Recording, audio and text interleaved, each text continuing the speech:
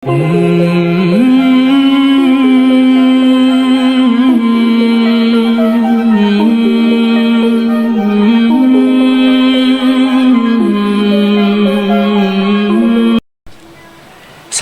warahmatullahi wabarakatuh. Apa kabar sobat milenial yang ada di rumah? Kembali lagi di acara Robusta, ngobrol bareng Ustadz. Sobat milenial, saya Reza yang akan menemani teman-teman semua selama 1 jam ke depan. Nah, pada kesempatan hari ini kita mengangkat tema yang begitu menarik. Dan sebelumnya saya perkenalkan dulu, saya sudah bersama Ustadz kita, narasumber kita, yaitu Ustadz Robi. Assalamualaikum Ustadz. Assalamualaikum warahmatullahi wabarakatuh. Dan semoga para pemirsa semua kami temui dalam keadaan sehat walafiat. Amin. Amin.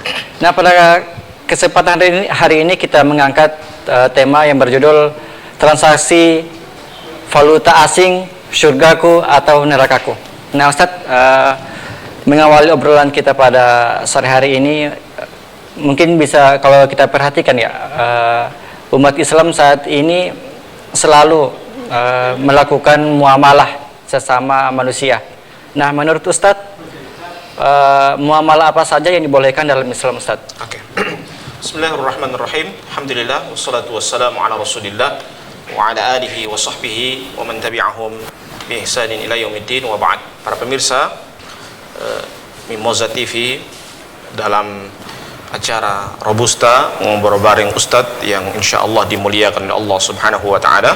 Alhamdulillah, pada sore hari ini kita bisa berjumpa kembali dalam pembahasan tentang transaksi valuta asing. Ya, kalau dalam muamalah itu dia berkaitan dengan masalah harta. Ya, jadi muamalah itu transaksi sesama manusia. Ada namanya jual beli, ada namanya sewa menyewa. Ya, nah, itu namanya muamalah. Muamalah antara satu dengan yang lainnya. Itu muamalah. Jadi kalau orang bermuamalah, maka dia harus memperhatikan hal ini. Ya, jangan sampai ketika dia bermuamalah dia tidak memperhatikan hal ini, sehingga dia ketika melakukan transaksi seperti ini dia tidak memperhatikan muamalah itu. Jadi muamalahnya jual beli, bagaimana jual beli, bagaimana juga sewa menyewa, ya, kemudian bagaimana hutang piutang, ya. Jadi hutang piutang juga dijelaskan dalam Islam, ya, itulah muamalah. Dan muamalah ini sebuah hal yang harus kita perhatikan. Ya, jangan sampai dengan muamalah ini justru kita tidak berjalan di atas syariat Islam. Ya, kalau tidak berjalan di atas syariat Islam, maka ini kita akan melakukan pelanggaran-pelanggaran. Allahu a'lam bishawab. Baik Ustaz, tadi Ustaz mengatakan bahwa kalau misalnya tidak berjalan di dalam syariat Islam itu bukan namanya muamalah, Ustaz. Ya, mungkin seperti itu. Nah, bagaimana kaidah Islam, dalam Islam itu mengatur muamalah ini dengan baik, Ustaz? Iya. Dalam sebuah kaidah mengatakan bahwasanya al-aslu fil muamalati ibahah. Asal dari muamalah itu boleh. Jadi asal itu asal. Ya, asal dari muamalah itu boleh. Hatta yadulla dalilan ala tahrimiha, sampai datang dalil yang mengharamkan. Jadi asal itu boleh. Ya, bermuamalah jual beli itu boleh selama jual belinya itu dibenarkan dalam Islam, selama sewa menyewanya itu dibolehkan dalam Islam, selama transaksi-transaksi yang dia lakukan itu benar dalam Islam. Kalau dia benar dalam Islam, maka itu tidak mengapa. Tetapi kalau dia melanggar syariat Islam, dan hal itu adalah hal yang akan membuat dia mencederai saudara muslim yang lainnya, ataupun mencederai aturan Islam, nah ini yang jadi masalah. Jadi asal dari muamalah itu boleh sampai ada datang dalil yang mengharamkannya. Maksudnya mengharamkannya apa? Sampai datang illat, sesuatu hal yang akan merusak muamalah itu, ya. Yang awalnya boleh, karena hal itu akan menjadi rusak muamalahnya. Yang awalnya boleh, karena dengan hal itu dia menjadi haram. Maka itu namanya al-aslu fil muamalati ibahah. Asal dari muamalah itu boleh sampai hatta yadulla dalilan ala tahrimiha, sampai datang dalil yang mengharamkan dari muamalah tersebut. Wallahu a'lam bishawab. Nah, Ustaz, apa saja sih ya syarat-syarat ya tentang muamalah yang dibenarkan dalam Islam, Ustaz? Iya, yang pertama syarat-syaratnya kalau dia jual beli harus yadan biyadin, berhadapan langsung. Dalam artian ada barang ada uang. Iya. Iya. Jadi ada barang ada uang. Jangan apa namanya cuma untung nama barang, tapi barangnya tidak ada. Ya. Jadi itu ada barang ada uang. Itu yang pertama. Iya. Yang kedua tidak berjangka. Di zaman Nabi, apa namanya ada seorang sahabat, ada seorang sahabat yang mau membayar, ya dia mentransaksi dengan Nabi, tapi dia bilang, Nabi, wahai Nabi, saya lupa uangnya, saya mau ambil dulu. Apa kata Nabi? Batalkan dulu transaksi kita, ente ambil dulu ente punya uang, baru balik ke baru kita akad ulang. Ya, jadi itulah yang kita perhatikan pada saat kita mau akad transaksi, kita harus lihat dia tidak berjangka. Ya, bayangkan Nabi punya begitu. Nabi batalkan dulu transaksi kita, ente ambil dulu NTP uang, baru kemudian ente bayar. Jangan sampai dengan tidak diambil, tidak dibatalkan, nanti dianggap jual beli yang berjangka. Ya, maka inilah yang dilakukan oleh Nabi Muhammad SAW. Yang ketiga, yang diperhatikan pada saat dia bermuamalah itu adalah bagaimana dia bermuamalah, ya, antara minhuma, ya, mereka saling ridho. Yang membeli juga beridho, yang yang menjual juga ridho, ya, saling ridho. Yang keempat adalah tidak ada spekulasi, ya. Kalau spekulasi dalam bahasa Arab namanya goror. Goror itu dilarang oleh Nabi Muhammad SAW. Nah, Rasulullah SAW an goror, ya, Rasulullah SAW melarang goror. Goror itu apa? Spekulasi. Ada orang misalnya saya mau jual buah mangga, tapi buah mangganya belum ada. Mangganya masih pendek begitu, itu namanya spekulasi. Atau misalnya saya mau jual anak sapi, tapi anak sapinya masih dalam kandungan, ya, itu namanya goror, spekulasi, ya. Jadi tidak dibenarkan dalam Islam. Nah, kalau dia yadan biyadin, dia dengan ada ada barang ada uang, kemudian saling ridho, ya, maka ini dibenarkan dan tidak ada spekulasi, dibenarkan dalam Islam. Tetapi kalau ada spekulasi, ya, kemudian ada tidak ada barang, tidak ada uang, cuma untung nama ada barang, tapi tidak ada barangnya, ya, cuma main angka-angka atau yang lainnya. Nah, ini perlu kita untuk perhatikan bersama pada saat kita melakukan transaksi seperti ini. Wallahu a'lam bishawab. Nah, Ustaz, akhir-akhir ini begitu maraknya terkait dengan investasi valuta asing, Ustaz. Nah, menurut Ustaz, apa saja yang harus diperhatikan dalam transaksi valuta asing ini? Iya, transaksi valuta asing itu dibenarkan dalam Islam. Ya, itu namanya, kalau yang dibenarkan dalam Islam namanya spot. Ya, spot, ya. Itu sudah memang halal karena apa? Barangnya jelas. Beli emas jelas, ya. Beli perak jelas. Jadi transaksinya jelas. Ya. Bukan cuman untung nama beli emas, tapi yang tidak ada emasnya. Ya, cuman angka-angka. Ya. Akadnya lain, jualnya lain. Ya, ini masalah. Di sini masalahnya. Harusnya kalau akadnya jual beli emas, juga hasilnya juga jual beli emas. Ya, jangan cuman akadnya penitipan uang, ya, baru dibilang ini jual beli emas. Ya, jadi tidak jelas. Ya, akadnya lain, hasilnya lain, tidak jelas. Harusnya kalau dia mau akadnya jual beli, ini juga jual beli. Jangan akadnya jual beli, akadnya titipan uang, hasilnya jual beli emas, kan tidak betul. Jadi simpang siur, ya, simpang siur transaksinya. Itu yang pertama yang harus diperhatikan. Dia harus kalau valuta asing dia harus benar. Dia itu yang saya bilang tadi, ada barang ada uang, jelas, ya. Walaupun online jelas, ya. Jadi bukan dalam artian cuma online kemudian main angka-angka, tidak. Tetap barangnya jelas. Ya, jangan karena biasakan orang bilang, Ustadz ini kan online. Iya, kalau online ada barang ada uang, transaksinya jelas, barang apa yang ente beli jelas, ya, itu kalau online. Jangan online sudah bilang online kemudian transaksinya transaksi angka demi angka, ini kan bermasalah. Ini kayak menjual kucing dalam karung, ya. Jadi tidak jelas, ya, dibilang ini beras padahal kucing, ya. Jadi seperti itu, harus jelas. Yang berikutnya yang harus diperhatikan adalah bagaimana dia mentransaksi itu, transaksinya dengan tidak ada spekulasi. Spekulasi itu seperti itu, kayak menghayal. Tidak ada spekulasi seperti itu, harus jelas, ya. Spekulasinya tidak ada, dia harus memang jelas. Keuntungannya begini, ruginya begini, ya. Jangan pada saat dia naik untung, dia bilang untung terus. Iya. Pas pada rugi dia oh tunggu sabar ya. Itu tidak tidak jelas. Harusnya dia jelas ketika untung dia bilang untungnya begini, kalau ruginya begini. Jangan kalau misalnya sudah dia untung, sudah untung terus ya, dia kasih tahu presentasenya. Tetapi kalau dia rugi, dia bawa diam atau dia bilang sabar belum ada ini, belum sabar dulu ya. Nanti mudah-mudahan kedepannya ada. Ya, nanti diberikan iming-iming seperti itu, dan ini hal yang tidak dibenarkan dalam Islam. Jadi hal yang diperhatikan itu barangnya jelas, yang kemudian tidak ada spekulasi. Kemudian yang ketiga adalah itu yang saya bilang tadi, saling ridho di antara mereka. Jangan awalnya saling ridho, oke deal, tapi kedepannya ke depannya nanti orangnya kecewa, ya ini masalah. Ya, jadi harus ridho dari awal sampai akhir, dari awal dari transaksi sampai akhir transaksi, sampai selesai akadnya. Itu yang berikutnya adalah akadnya jelas. Jangan awalnya akad titip uang, akhirnya bukan titip uang, ya jual beli, ya, atau akhirnya cuman bermain grafik. Itu yang masalah. Ya, harusnya kalau awalnya dia titip uang, penitipan uang, ya karena kalau penitipan uang tidak ada istilah titip uang kemudian berbunga uangnya, tidak mungkin. Saya titip sandal di masjid, sandal jadi ampa, tidak mungkin kan? Kalau titip sandal satu pasang aja satu, tidak mungkin titip sandal jadi ampa sandal. Ya masya Allah.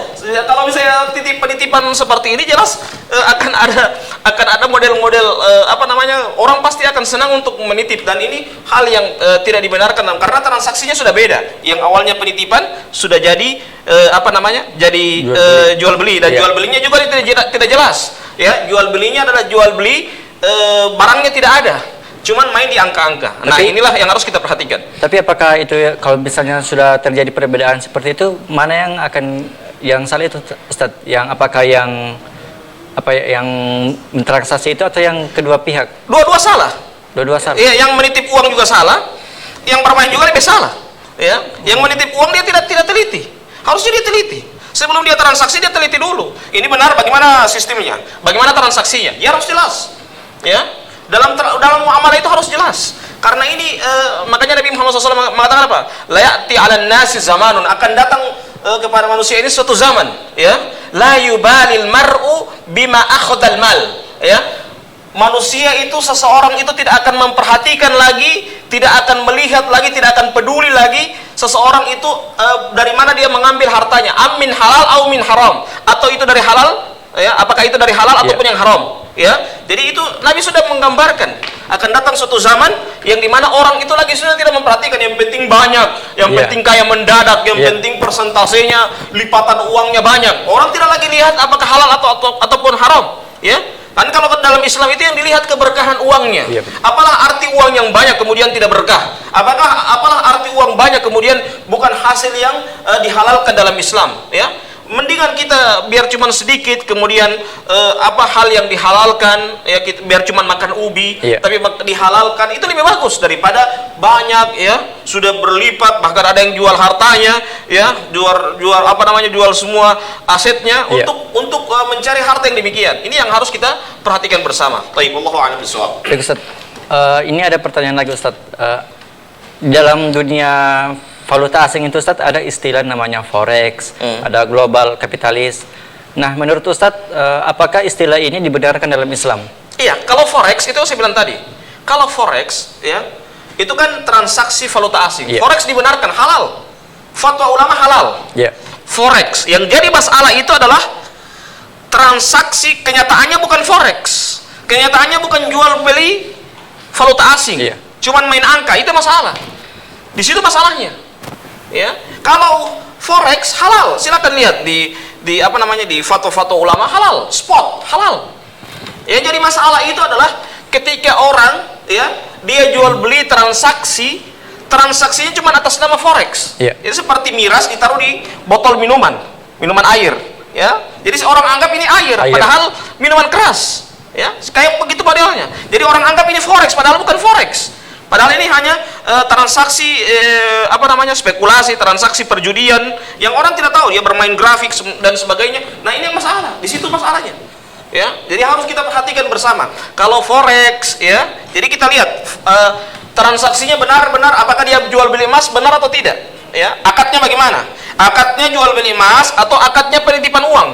Jangan sampai akadnya penitipan uang, tetapi hasilnya jual beli emas. Kan ini membohongi namanya, membohongi masyarakat. Ya, harusnya kalau dia bilang jual beli dari awal, jangan akadnya penitipan. Nah ini masalah. Jadi ini harus kita perhatikan pada saat kita mau melakukan transaksi seperti itu. Allahu a'lam bishawab. Baik Ustaz, mungkin kita iklan dulu Ustaz. Nanti kita akan lanjutkan setelah iklan berikut ini. Nah baik Sobat Milenial, semakin menarik pembahasan kita pada sore hari ini. Tapi kita harus pending iklan dulu terlebih dahulu. Nah jangan kemana-mana, tetap saksikan Robusta setelah yang satu ini. Sobat Milenial, terima kasih tetap bersama kami di Robusta, ngobrol bareng Ustadz. Nanti kita lanjutkan lagi obrolan kita pada sore hari ini. Nah Ustadz, tadi Ustadz sudah menjelaskan terkait transaksi valuta asing Ustadz, bagaimana teknis dalam transaksi tersebut. Nah, seperti apa yang telah disampaikan oleh Ustadz tadi, apa intrik kehalalan dan keharaman dalam transaksi itu sendiri Ustadz? Mungkin bisa dijelaskan. Sebagaimana yang saya sampaikan tadi, intinya akadnya harus jelas. Itu yang pertama. Jadi akadnya jelas, ya. Jangan akadnya jual beli, akadnya penitipan uang, ya. Hasilnya jual beli. Ini berarti akadnya tidak jelas. Itu yang pertama. Yang kedua, yang diperhatikan itu adalah bagaimana sistemnya. Ada goror tidak? Goror itu yang saya bilang tadi, spekulasi. Ya. Jadi orang diiming-imingi dengan persentase, ya. Persentase profit. Nanti sekarang ini sistem titip uang jadinya profit. Kan tidak mungkin titip kemudian jadi profit. Ya, kalau titip ya titip, ya. Jadi itu namanya yang tadi, yang saya bilang tadi. Sistemnya harus dilihat. Apakah ada goror atau tidak? Ya. Kalau ada goror, berarti hal itu hal terlarang. Dalam Islam pun demikian. Ya, orang jual beli, misalnya jual beli sapinya masih dalam kandungan, itu tidak boleh, haram. Ya. Atau misalnya saya jual buah mangga, tapi pohon mangganya masih kecil. Buah mangga apa yang dia mau jual? Jadi itu namanya goror namanya. Spekulasi. Dan spekulasi itu dilarang dalam Islam. Yang berikutnya adalah kita harus lihat apakah dia ridho transaksinya itu, mereka ridho dari awal sampai akhir atau tidak. Kalau dia ridho, dua-duanya ridho, maka itu hal bagus. Ya, kalau dua-dua ridho. Tapi yang jadi masalah itu adalah ridhonya cuma dari awal. Ya, dalam artian awalnya dia ridho, akhirnya dia sudah tidak ridho lagi. Nah, di sini masalahnya. Allahu a'lam bishawab. Nah Ustaz, tadi Ustaz telah menjelaskan bahwa ada beberapa hal yang akan menyebabkan transaksi itu menjadi haram. Nah, tapi sekarang ini bagaimana dengan negara mengizinkan hal seperti itu? Menurut Ustaz bagaimana dalam menanggapi hal? Iya, izin itu tidak mengharuskan halalnya sesuatu. Iya. Ya, saya contohkan begini. Seseorang ada izin, misalnya ada jual beli, ya, atau sebuah toko yang ada izin,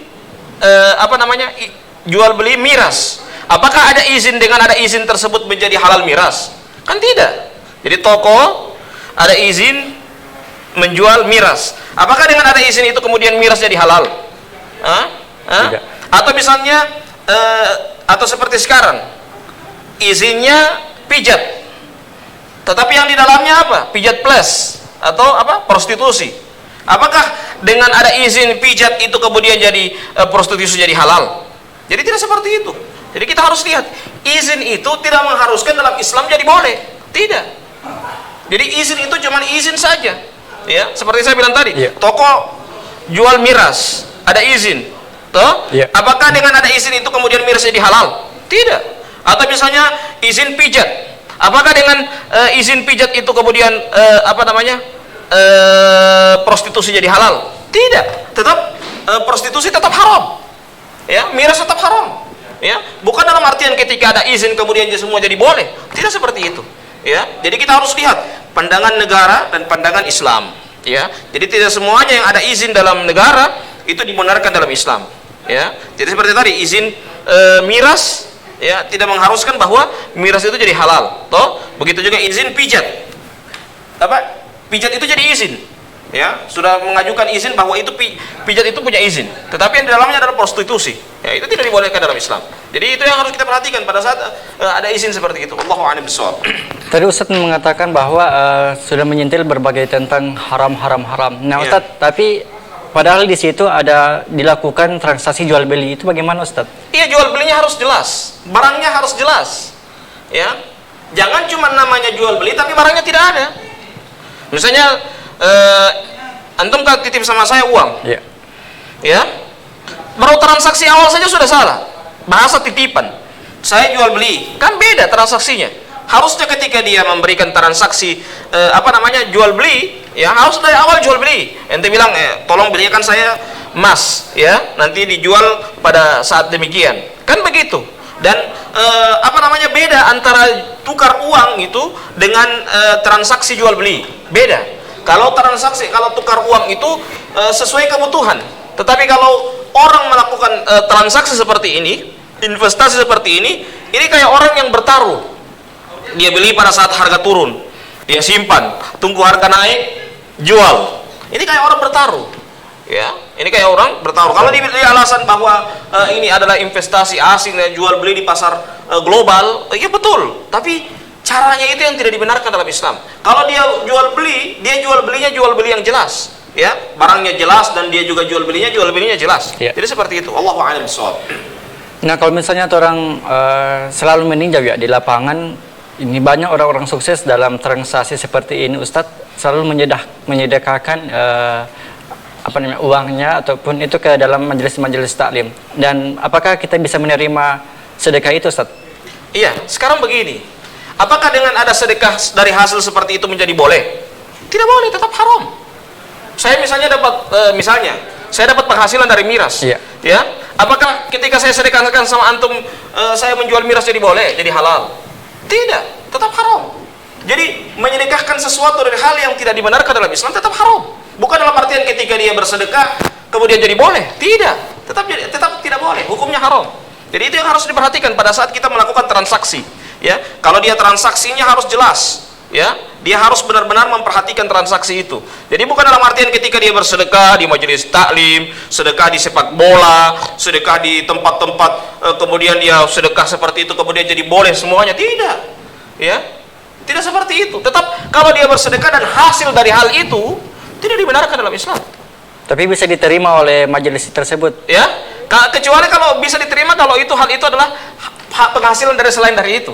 Tapi kalau selain itu tidak boleh, hukum asalnya tidak boleh, ya, karena itu hasil dari hasil yang seperti itu. Tapi Ustadz, bagaimana kalau misalnya majelis tersebut tidak mengetahui apakah? Kalau tidak mengetahui itu jadi masalah. Tapi yang jadi masalah itu kalau misalnya dia tidak mau tahu terus, harus dia tahu dari mana dia uangnya, ya.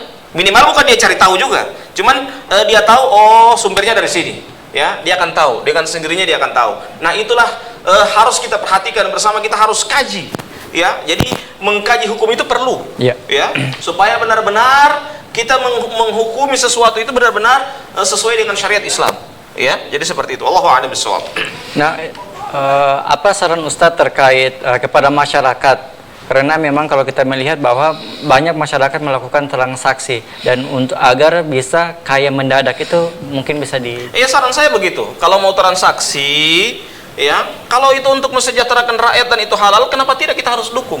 Kalau halal, ya, yang cari itu yang halal, yang benar-benar transaksi forex, spot namanya, ya. Kalau spot halal, ya, forex memang halal, transaksinya jelas, ya, ada jual beli emasnya jelas, ya, jelas seperti itu. Kalau seperti itu, kenapa tidak kita harus dukung?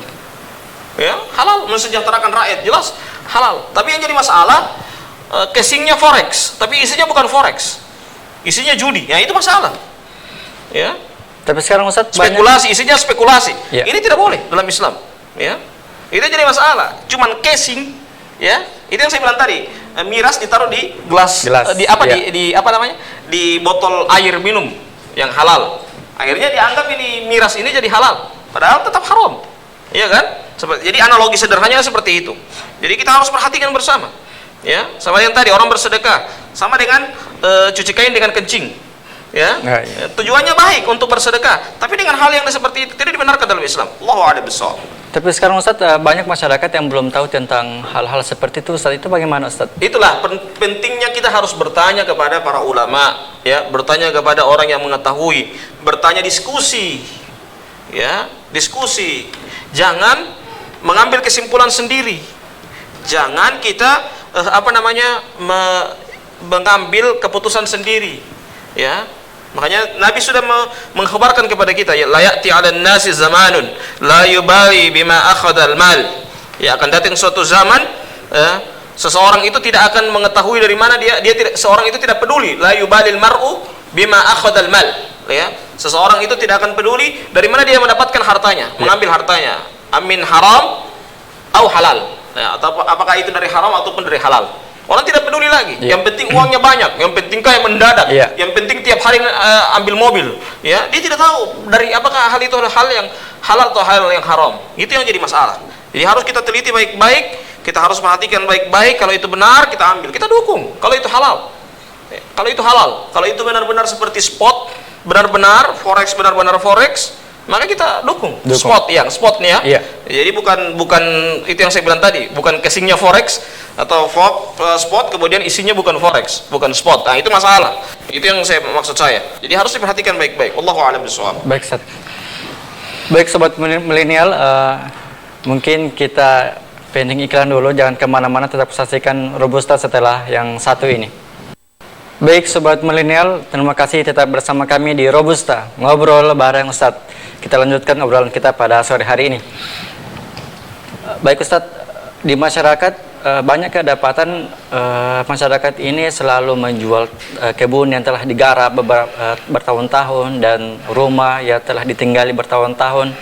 Menurut Ustadz, apakah langkah yang diambil ini sudah benar atau bagaimana Ustadz? Dijual untuk investasi ini? Iya. Oh, ya. Yang pertama, kalau itu benar-benar spot atau benar-benar forex, maka ini tidak mengapa, bagus, karena ini halal. Ya. Tapi kalau selain dari itu, maka ini tidak boleh.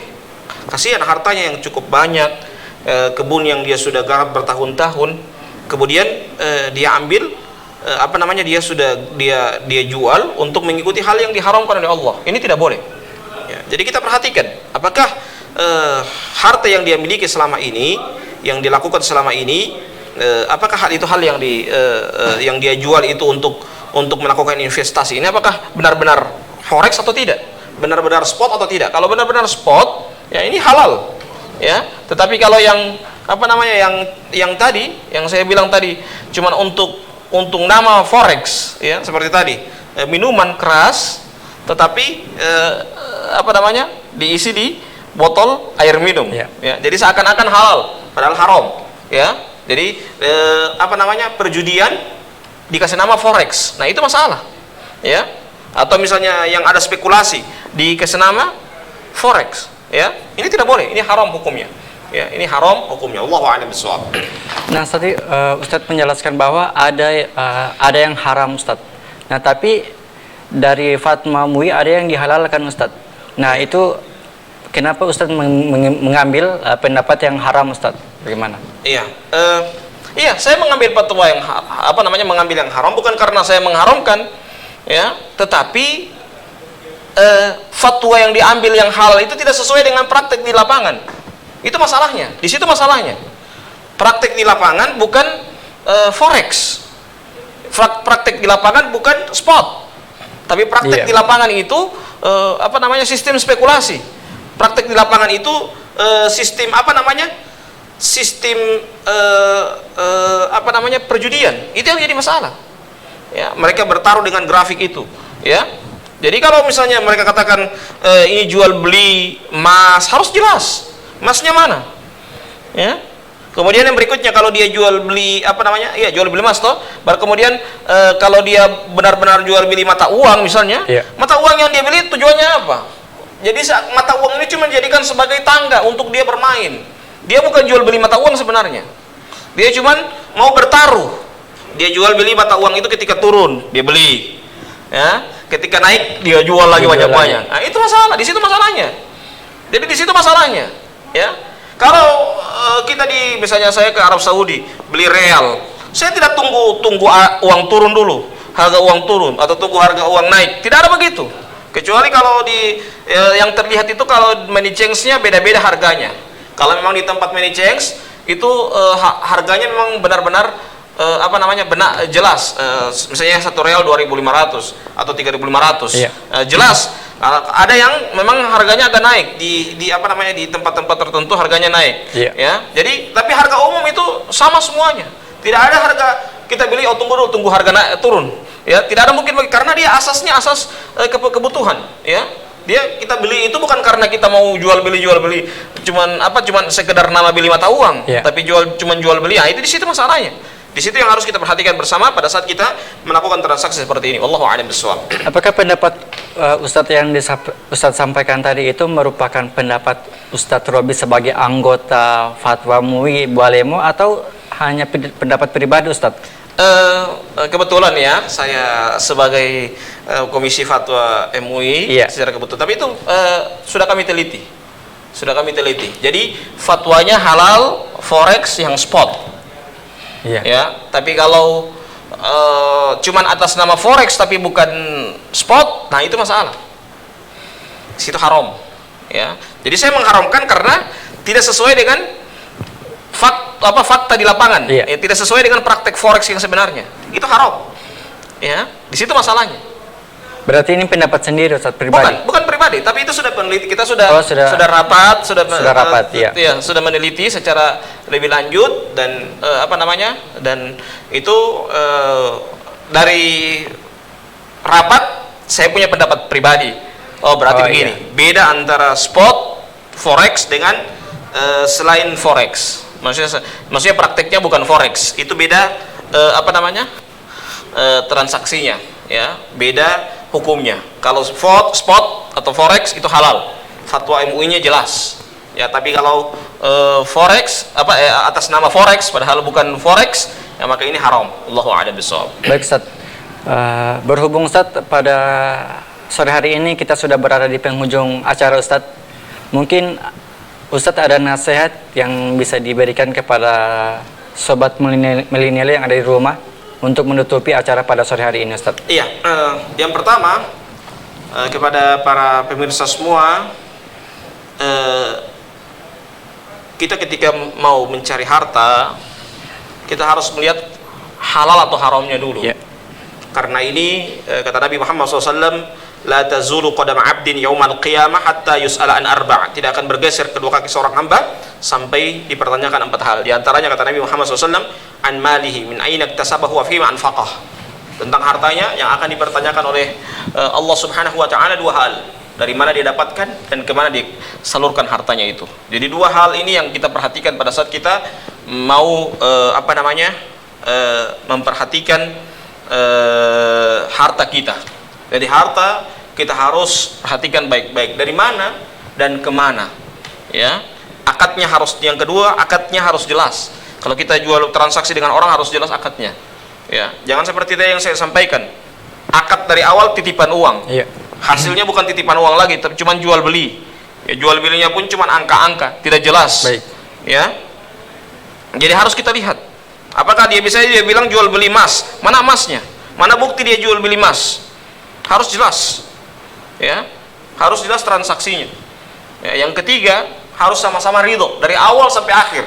Jangan dari awal ridho, akhirnya pas sok kalah, maaf, uang Anda masih, nanti sok kalah baru bilang maaf. Tapi awal dia tidak pernah bilang bahwa dia akan kalah atau menang. Ya, itu namanya transaksinya tidak jelas. Jadi harus jelas transaksi seperti ini. Kalau melakukan muamalah harus transaksinya jelas. Ada uang, ada barang. Kalau bilang online, ya biar online tetap barangnya jelas. Ya, bukan online orang bilang, ini kan online Ustadz. Iya online tapi barangnya harus jelas. Beli emas berapa emasnya? Transaksinya berapa? Ya, dan tujuan ente beli mata uang misalnya, tujuannya apa? Tujuannya untuk dipakai alat tukar atau untuk apa? Ya, atau cuman dibeli dulu pada saat harga turun, baru pas harga naik jual. Nah, berarti itu bukan jual beli mata uang itu sebenarnya, cuman bertaruh itu namanya. Ya, bertaruh. Jadi kalau dia jual beli transaksi mata uang itu jelas. Ya, dia beli untuk dia sebagai alat tukar. Seperti saya misalnya, saya pergi ke Arab Saudi. Saya beli uang real. Bukan saya tunggu dulu real kapan turun jadi 1.500. Tidak ada. Tetap 2.500 terus. Ya, sampai nanti sekarang akhir-akhir ini 3.500. Begitu. Ya, tidak nanti tunggu turun kemudian beli. Nanti so naik baru jual ulang. Ini bukan asas kebutuhan itu namanya. Tapi bukan, dan jadi mata uang itu cuma dijadikan sebagai loncatan, ya, bukan sebagai kebutuhan. Inilah yang harus kita perhatikan pada saat kita melakukan transaksi. Dan yang berikutnya yang terakhir adalah tidak ada goror, tidak ada spekulasi. Ya, jadi barangnya jelas. Saya jual buah mangga dapat dia. Jangan dia bilang jual beli mangga, saya jual buah mangga tapi DP mangga masih kecil. Atau misalnya dia jual, saya mau jual itu anak sapi, tapi anak sapi masih di kandungan. Itu namanya spekulasi, tidak jelas. Harus transaksinya harus jelas. Itulah yang harus kita perhatikan pada saat kita melakukan transaksi seperti ini. Wallahu a'lam Baik, bishawab. Ustaz. Baik, pemirsa yang ada di rumah, usai sudah perjumpaan kita pada sore hari ini. Kami juga mengucapkan kepada Ustaz